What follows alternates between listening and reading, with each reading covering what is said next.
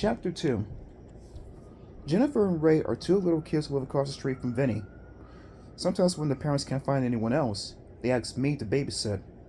Guess why I love to babysit for the two brats? That's right, they're total fraidy cats. I can make them scream with my eyes shut. I love to tell them scary stories.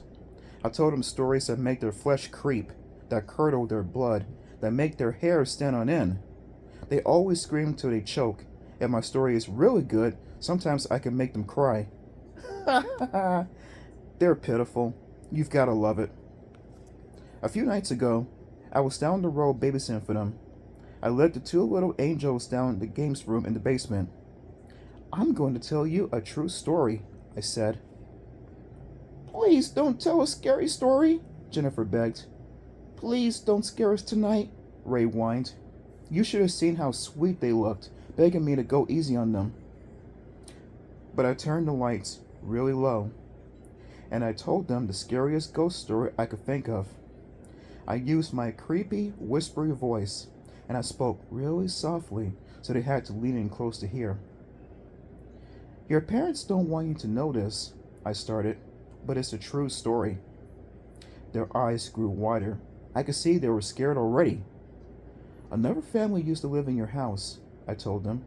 They had a boy and a girl about your age, but the boy and the girl didn't last long. Something horrible happened to them, right in this basement, right in this room. Please stop, Ray begged. Jennifer had her hands over her ears, but I knew she could still hear me. I don't like this story, Ray whined. I don't like it either, his sister agreed. It gets better, I told them. I took a deep breath and started again in a whisper. Did you know your house is haunted? I asked. Their mouths dropped open. Well, the boy and girl didn't know. They didn't know that a very cruel ghost lived down in the basement. The ghost stayed quiet most of the time, but it had one bad habit. Please stop, Jennifer begged in a trembling voice. Yeah, let's go upstairs, Ray pleaded. Every year, just before Halloween, the ghost liked to murder anyone who came down to this room, I continued. The basement is mine, the ghost declared. If someone comes down here, I'll make them suffer. I'll turn them into ghosts too. This isn't true, is it? Jennifer asked in a tiny voice. It's just a story, right? Her wimpy little brother added. Of course it's true, I answered. It happened right over there. I pointed. What happened? Jennifer asked. The boy and girl didn't know about the ghosts. They came down to the basement to play. They were down on the floor, right over there. I pointed again. Slowly, the ghost crept up behind the boy. Closer. Please, Jennifer begged, covering her ears again. Please, stop! Copycat Ray covered his ears too. Closer, I whispered. The ghost floated closer. It stretched out its cold, dead arms, curled and uncurled its bony, dead fingers. It reached out, and pulled off the boy's head! I screamed, grabbing Ray by the throat. Both kids let out horrified shrieks. What happened to the girl? Jennifer stuttered.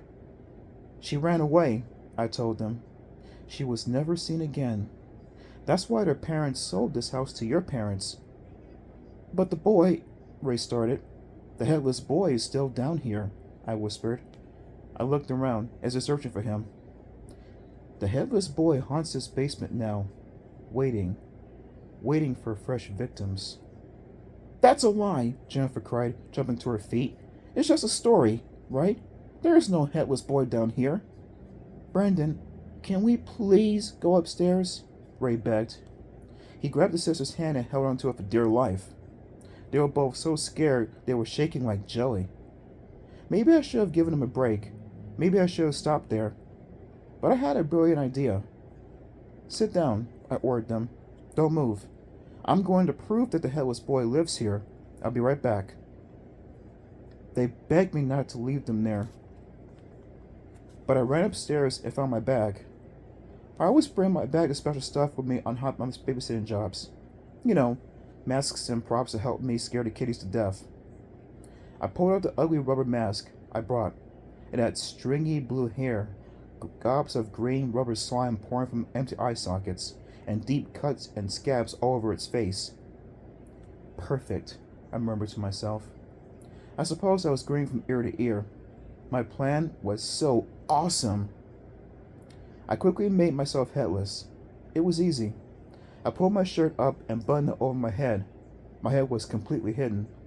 Then I bent a coat hanger and made it stand up from my shirt collar, and I slid the ugly mask over the hanger onto my shoulders.